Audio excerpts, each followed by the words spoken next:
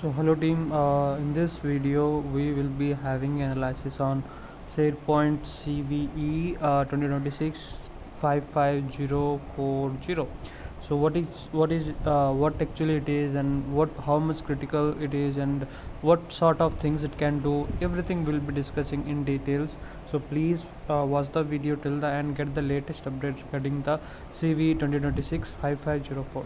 So why it is having critical authentication bypass, which is actively vulnerable for the vulnerable, right? So at a glance, it is all about CV 2026 55040, which has a product impact of say Microsoft SharePoint server.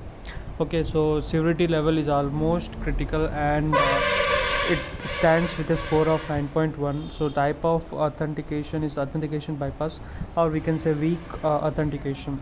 So attack type is all about remote and unauthenticated, right? So then what are the data impacts? One is data disclosure and modification. Availability impact is none, and the attacker cannot impact the system availability. So coming to the discussion, it is all about the availability, which has impact stands at 9, or we can say start saying it is none, right? So attacker cannot even impact any system availability. So coming to the patch, it is released in July 2026, patched on Tuesday, but along with that, right, POC release, which stands at rapid 7. It is all about this month, August 11 2026.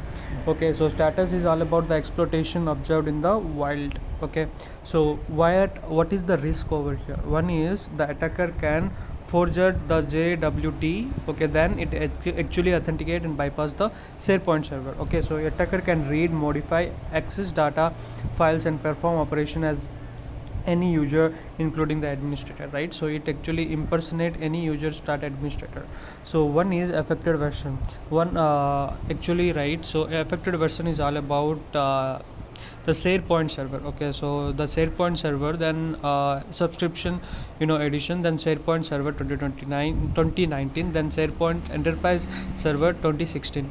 Okay, so coming to the note, this note and RC by itself, but can be chained by CV 2026 63520 for unauthenticated RC.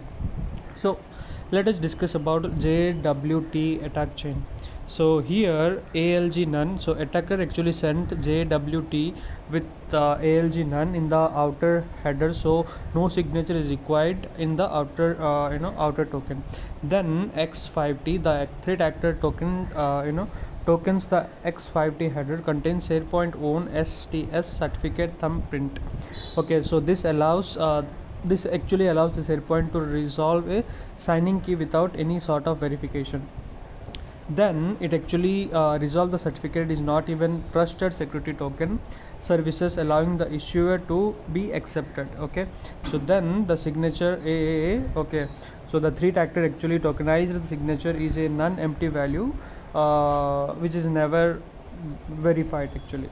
So eventually the attacker gets the valid looks, okay, JWT without having the legitimate signing key.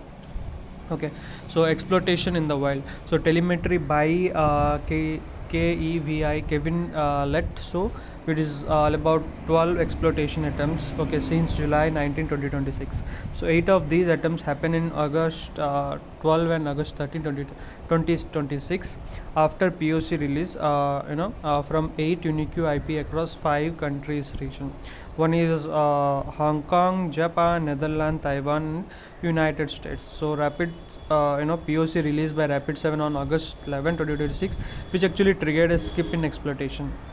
Okay, let us discuss about the timeline of the events, right? So in July 14 2026, actually Microsoft patched the vulnerability in July 2026, which is on patch Tuesday. And then after in August 11 2026, Rapid 7 published the technical analysis plus POC. On 12 and 13, exploitation attempt observed in the wild. Then now organization must assume vulnerable SharePoint server are being scanned and eventually been attacked. So impact of the attack, what sort of impact it can create? One is it actually bypasses the authentication, then impersonate as a SharePoint user, and also start accessing the sensitive documents, and even can modify and have a permission, right, to the files, which is having a potential admin level access. Okay, and uses a stepstone for further attacks. Defender checklist we have to do: one is patch, identify, hunt, rotate, and monitor. So we need to follow these defender checks, okay, before any kind of risk triggers in the environment. So what to look for actually the threat hunting: one is unusual SharePoint authentication. We have to look external IP access to the SharePoint, unexpected admin operation, permission changes or mass file access or event downloads, unusual S to S authentication, then new admin accounts, rare or suspicious API calls.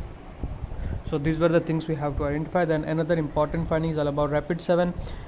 Actually discovered these 2026-520. It is a SharePoint which can eventually be chained with 55040, which is unauthenticated remote code execution.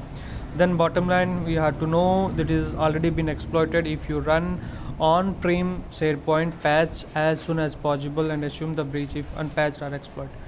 Stay updated, patch fast, hunt hard, and secure always.